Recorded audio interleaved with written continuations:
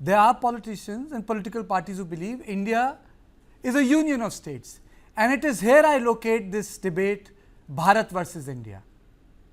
Do you agree or I disagree? think so. There is a political party which says India is a union of states. In fact, the leader of that political party also says that he's against the state of India itself.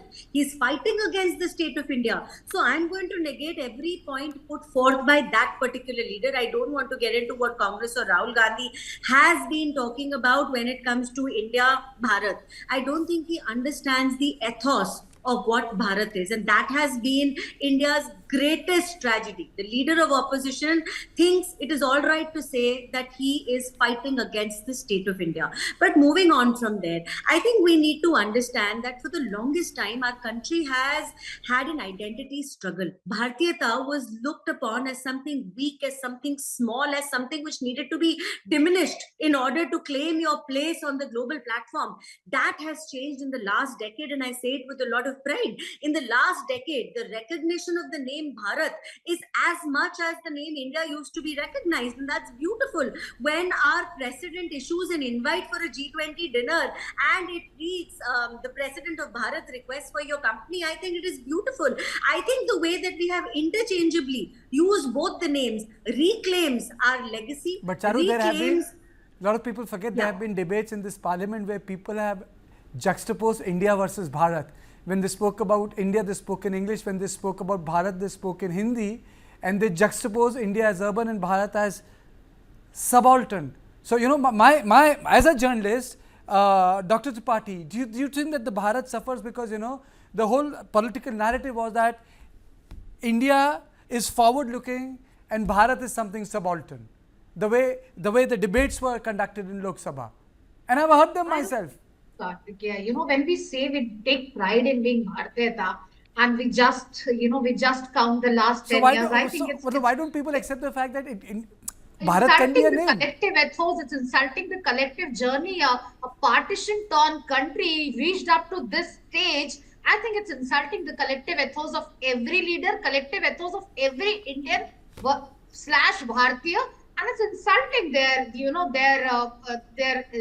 to take our country ahead. And that's where, when you say India, it's not an India versus Bharat. And when you say India, that is union of states, there's a constitution mentions it. It's not just political leader. It's a constitution article 1 mentions it that India is a union of states. So we are saying it can never be an India versus Bharat. Dr. Tripathi, precisely my point. Bharat lacks where precisely my point. That's the point. That's the point I was making. Now, there are people in this country who believe that India is a civilizational state. Precisely the point I was making. When you talk about the cultural aspect, you're right that Bharat has been there. Culture precedes constitution. I mean, so you can't deny that.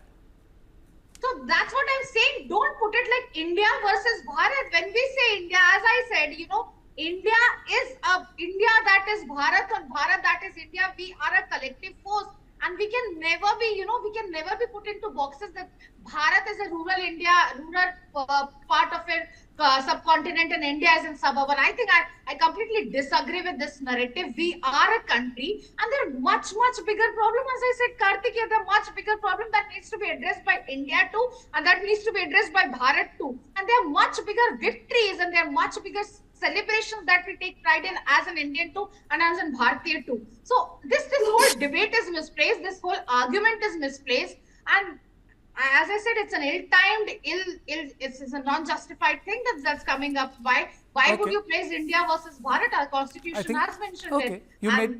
You made your point. You said it's misplaced. Charu, I think you raised your finger. You know, Yes, I did, because you know, the emphasis with which certain things are said, I think that is where priorities are misplaced. The first time the name Bharat was used, why did the opposition need to make such a huge hue and cry about it? Since the day Rahul Gandhi was born, his passport read Bharat. Did he not open his eyes and read it then?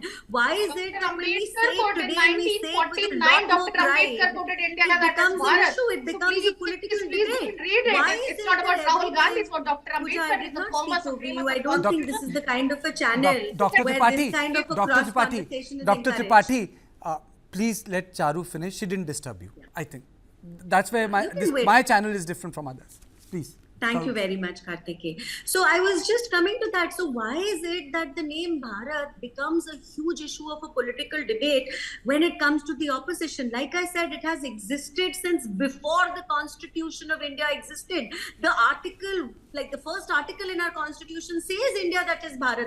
But all of a sudden, this reclaiming of India's glory, of India's cultural heritage seems to irk certain politicians. That needs to stop. And like I said, if the world is comfortable with both the names being used interchangeably or Bharat being used more and more often, even for a smooth transition, what's the problem? What's the problem? I don't understand.